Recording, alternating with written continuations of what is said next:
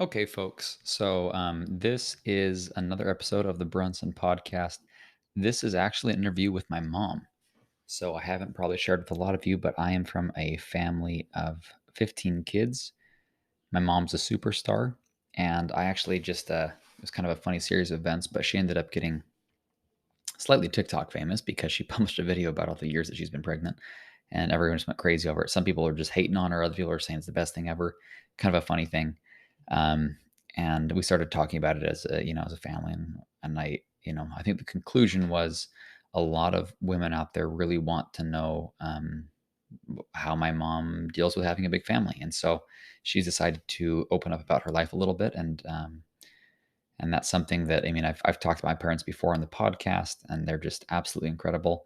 But I haven't shared a lot about their some of their own experiences, and so my mom's kind of opened up about her beliefs on this and some of her ideas. So I think you're going to really enjoy this episode, especially for my audience. I know that some of my mom's in the audience there, so you'll really love this episode. I think about how she thinks, and I'd love any feedback. If there's certain pieces here that you enjoy and you want, we want to hear more about what my mom thinks about, let me know.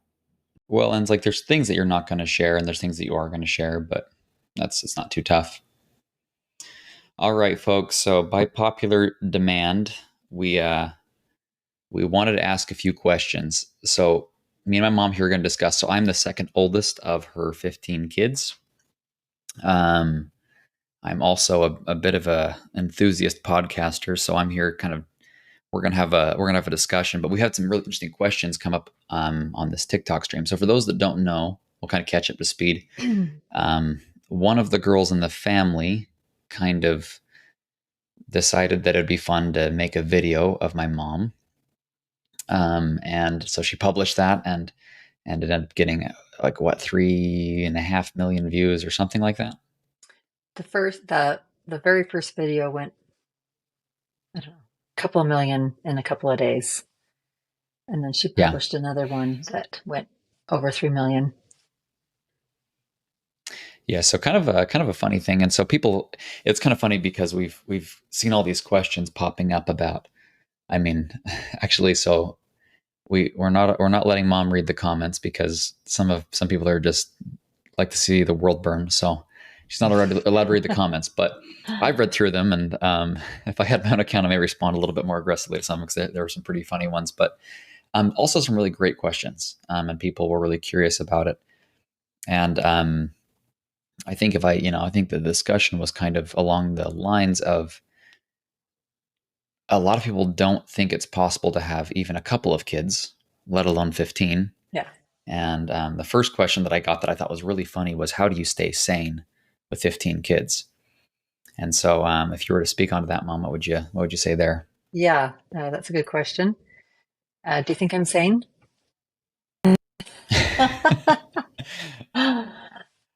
Just the occasional curse word, but yeah, Don't tell people I'd that say part pretty of dang it. stable. So Well, I think I'm sane. I think I've actually done, for the most part, a pretty good job. I think you have a roller coaster of emotions when you're pregnant and nursing, and your hormones are going up and down through those years of pregnancy, nursing, normal. And a lot of times I wouldn't even get really normal because I'd still be nursing, and then I would go from nursing to baby. So definitely had the highs and lows of hormones, but I did feel like I kept it fairly balanced. I kept it within this little wave on the scale of, what somebody might call normal, I feel like. And within that normal space, my husband was really good, Brunson's dad.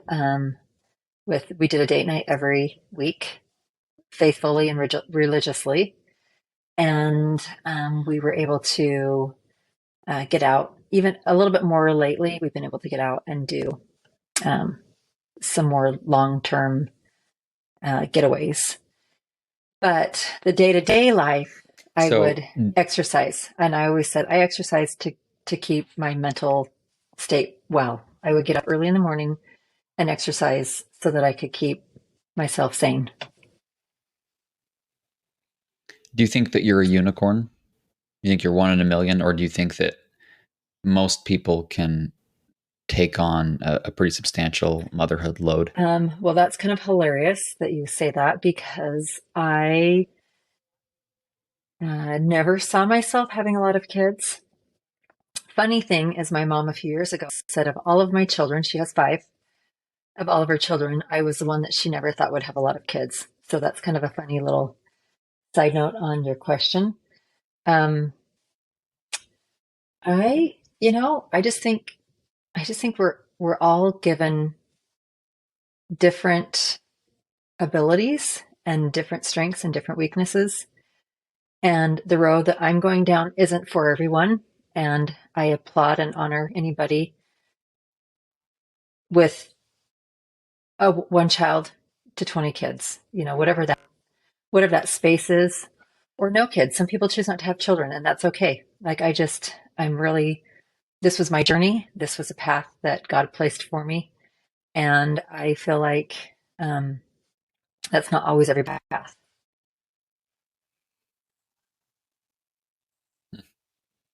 Yeah, and it's kind of funny because well, that leads into the next another question that I keep on seeing was that people, and I'll speak a little on this one too, because people said there's no way those kids have turned out remotely normal because that's just not possible. It's not feasible to get enough attention in your life to be a normal child, and those older kids are going to be completely messed up because they've had to parent and raise kids. What's your thought on that? I mean, I'll obviously pipe in here as the second oldest, but I'm kind of curious Yeah, what your opinion is on that. Am I sane, I Mom? don't know. Am I normal? Well, people are going to have to determine that through this video. No, um, Yeah, exactly. I've kind of been pondering this thought a lot here in the last little 24 hours or so. Um, and what's normal? What's normal? Um, I think that what might be considered normal to one person might be completely different to another person. And I feel like a lot of times you take the positive of your childhood and you use that as the box of normal. And a lot of times you take the the negative experiences of your childhood and dwell on the things that were wrong in your childhood. And so then that creates the line of normal for your definition of a normal childhood. So I don't think that I can define what normal is for anybody. I don't think I can say what I think is a normal or healthy, perfect way to raise kids. But I do feel like a lot of times people have a lack of time with their parents, a lack of experience, a lack of money, a lack of fun, a lack of touch. Like a lot of people get a lack of, and so then they say, well, my childhood wasn't normal, and so therefore they overcompensate to define normal. So okay, maybe we should define normal, right? I don't know what normal is, but I felt like my husband and myself came from very healthy backgrounds with having um, two parent households, and we were able to glean from them on the way they raise kids. And so, with that, I feel like we created a home where there's love. We created a home where there's respect. We created a home where we created love of learning in our home. We, um, and I don't say this in any way to brag or to be boastful, but my five oldest kids have traveled internationally and they have all learned a foreign language and they're independent. And that to me is successful in the fact that all of my kids are independent. They know how to cook, they know how to clean, they know how to function in life, they know how to be a good neighbor, a good friend. They live the golden rule, do unto others as you would like them to do unto you. I think that's a big part. If you're a good person and living a good life, isn't that part of it too? Um, Let's see. I'm looking because I actually had taken a few notes here because I have kind of been thinking about this a little bit. Um, um, yeah, just to have you guys be self-sufficient and productive members of society, contributing members of society. I feel like that's that's what I'm after. I don't know if somebody would say that's normal or not, but that's what I'm after. I'm after kids who want to follow God's will. I'm after kids who want to be happy. And certainly, I'm going to have people who know me and say, well, I've met that family and they have holes in their parenting. Absolutely, I do. As every single person who's listening to this, if they look at the way they've parented, they have holes in the way that they parent. We all do. I've never met a single person who would ever tell me that they don't have holes in their parenting. But one thing I do believe is that 99.9% of the people out there want to be a good parent. I mean, I think that's their core desire is to be a good parent, however that looks. But a lot of times they have so much baggage on the backside.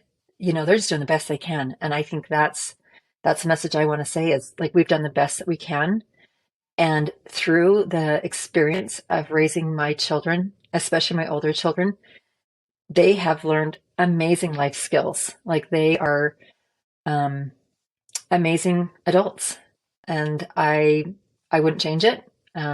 Definitely, there's things that I could have done better on. Absolutely.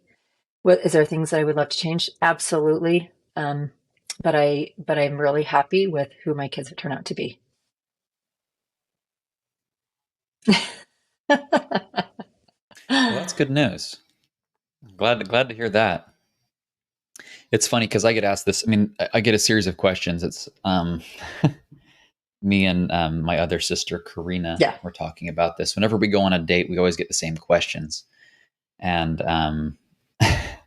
the first one is usually, "Wait, 15 kids? Yeah, all biological, all biological. Okay." Yep. And then you can see the little gears turning in their head, and then it's always the next one. Oh, so what does your dad do for a living? I'm like, we're not rich. Oh, okay. Yeah. Because Right. that's the assumption, right? You must just have so much money, you got nothing else what else are you going to do with your time? And so there's that one. And especially if it's with a girl, if I'm on a date, How many kids do you she'll want? say, number 3 is, Okay. no, number 3, no, not yet there. It's number 3 is, where do you fall in the family? Because she has to know if she's going to be responsible for any of this craziness. I'm number 2. Oh, okay. That's why you're still single. No, he's not that good looking. And then the third, exactly right. That's why I'm not married yet. And the number 4 is, and they always pause on this and they go, and they try to act it casually, like it just popped into their head randomly, like as though they're not asking because they came from a family, just like this random, oh, I don't care. I never had, I mean, how many kids do you want? Right. And they try to always say it in a way that sounds like so nonchalant. And I always think that a really cute thing to do is to look deeply into their eyes, grab their hand and say, I'm going to let you decide. Yeah. Because that's always Hey, Brenton, I'm wondering if I should pause this and try to get a charger because I'm like at 10% now. I think I'm at, okay. What percentage? Okay. You're okay. Yeah, we'll be fine.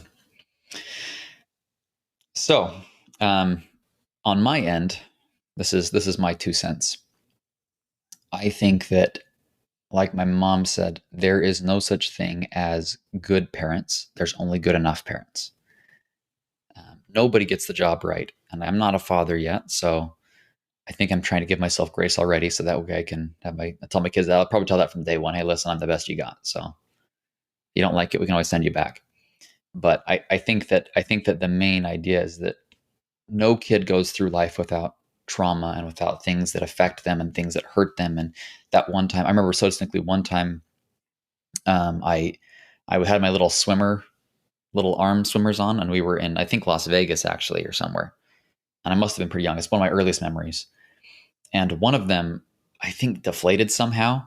And in my mind, I vividly remember this, right? Like there's no doubt in my mind that for about 5 minutes, I gasped for air, and everyone just stood at the shore and everyone just stood at the edge of the pool and just laughed and laughed and laughed as I was struggling for air, right? And I was drowning and I was fighting for my life. And the funny thing is, like, knowing my parents now, it's like, Yeah. if there was even a drop of water in my nose, my mom would have dove in there and pulled me out of the water, and you did.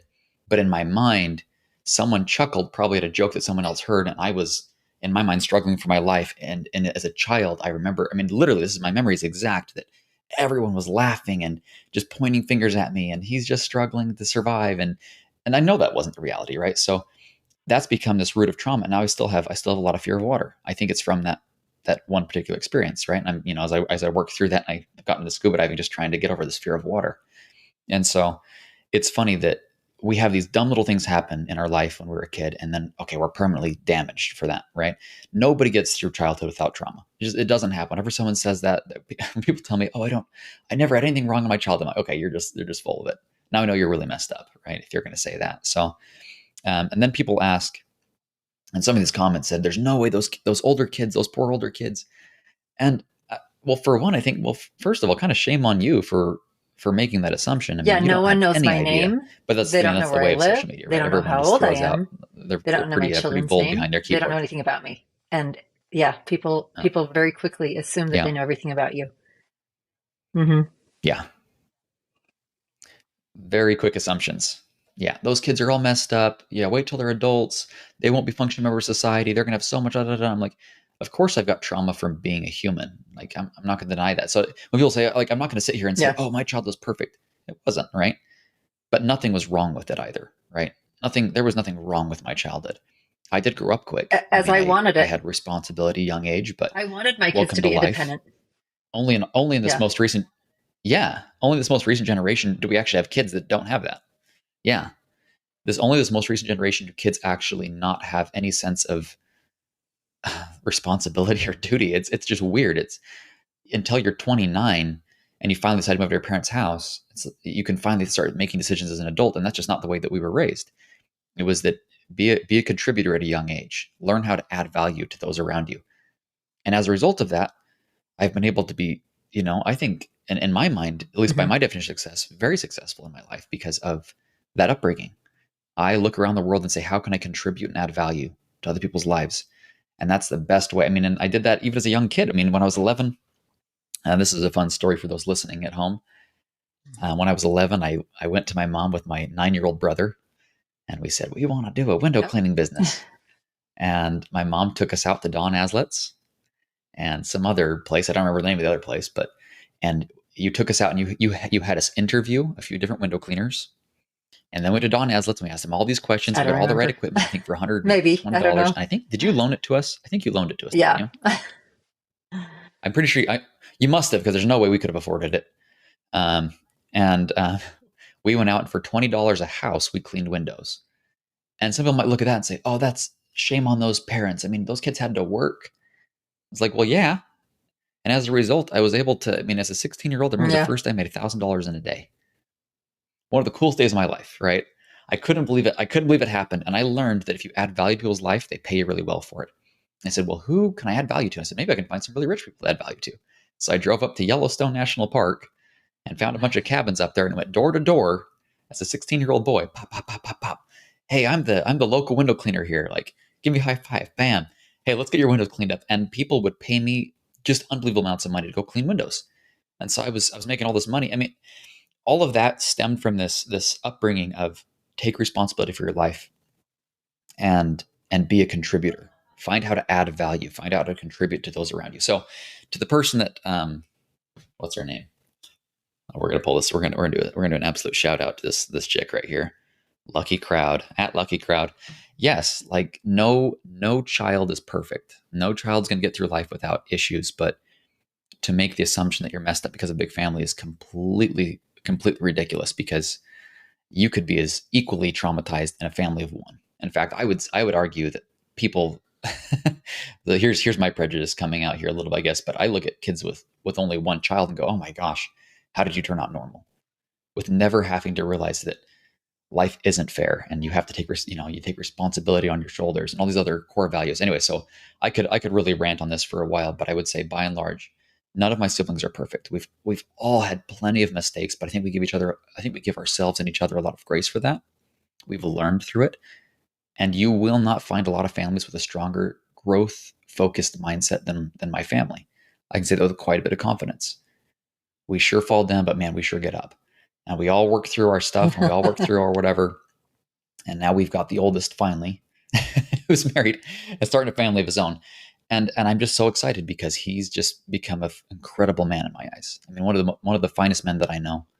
And I look at that as just a natural outgrowing of that. So the middle kids, we don't know yet. They're not grown up yet. We'll see. Maybe they're going to all be messed up, and maybe you're all right. But I look at a family that really tries hard to do what's right. I look at a family that has an incredible sense of rally around each other and rallying their own self-esteem when they're down. I mean, that's my perspective. So, sure, big families can have issues. They can have Yeah. drawbacks. Oh, I was going to say, They specifically they said I've attention got was the big friends one. that range from Go ahead. 0 children up to, well, I'm the largest that I know.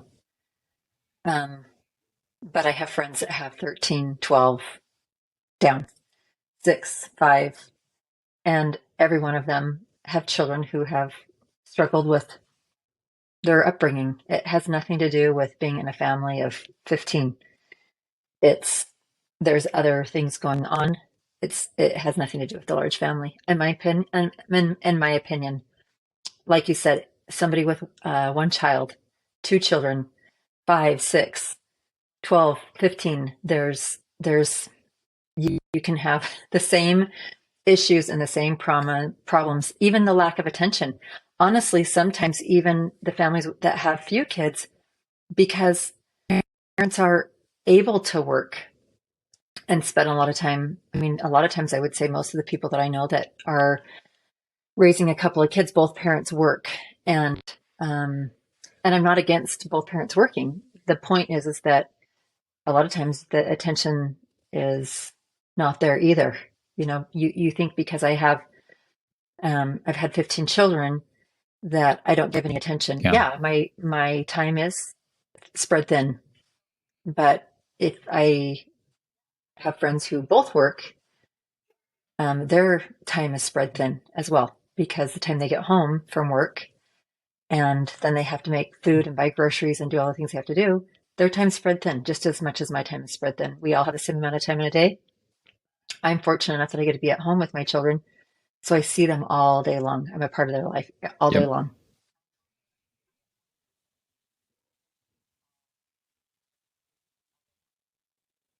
Well, and it's quality over quantity in my mind. Everyone thinks, oh yeah, like, well, I'm spending hours with my kids. I'm like, doing what, right? If you're spending hours with your kid watching Netflix, it's like, well, that's cool. I mean, that's nothing inherently wrong with that, but that's very different than giving undivided attention. I think that's something that you and Dad did really well. Yeah. Was that I went shopping with Mom. I mean, still to this day, so many all my friends tease me because I love Costco. Yeah.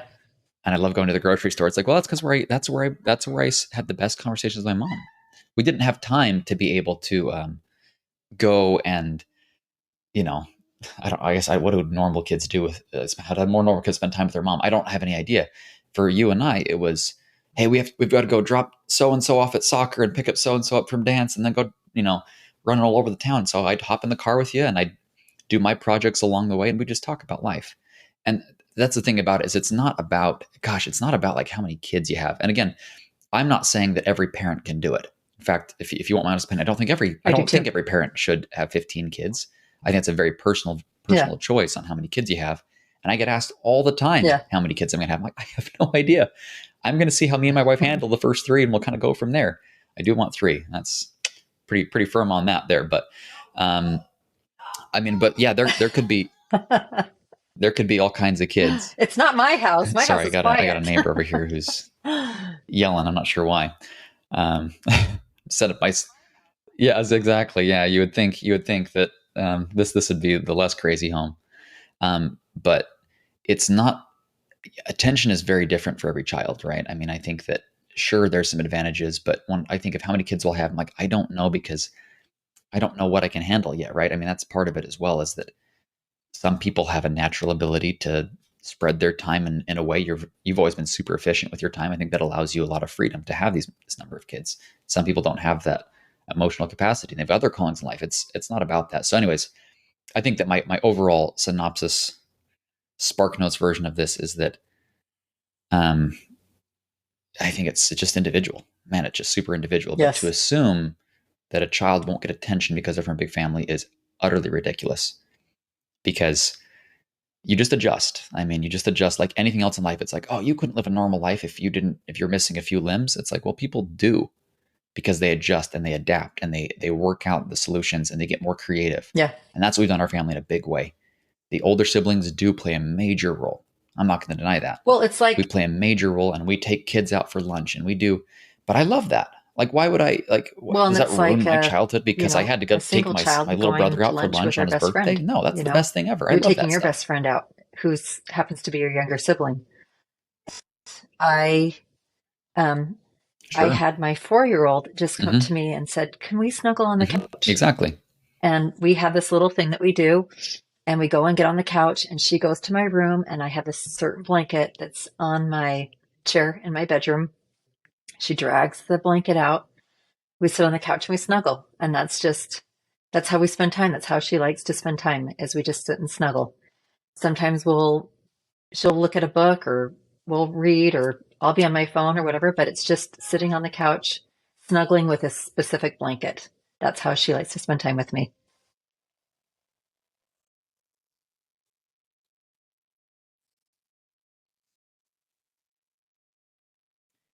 Yep, I think it is not as black and white as we like to make it out to be. So anyways, to all those people that are on TikTok that are saying that, it's like, yeah, well, number one, you don't know. Yeah. And number two, I would say, I could too. Sure, if you wanted to pick out flaws in our family, it wouldn't, I could give you the list myself, right? I mean, we can list them chronologically or alphabetically, any way you want to do it. We're not perfect at all, but I think we're all really happy. I think we all live lives of fulfillment. I think we all chase passion and we're all very, very, very, very, very, very different people. And we're all going in very different directions with how we want our lives to turn out in certain ways. But I think our core values are very similar and they're pretty strong. And that's what's kind of, I actually just heard something today that I thought was a really interesting thought. Well, Mom, any parting thoughts here? And I'm maybe not getting the quote exactly right, but it says I and my husband are uniquely qualified for our children because we love each one. And I've just been thinking about that a lot. Every single person that's listening to this is uniquely qualified for their children because they love them.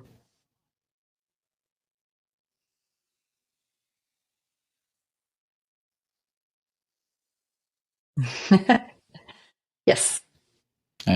Fantastic parting thought there. No, well, Mom, we're holding on here for a second. It's been fun. We'll have to do this again.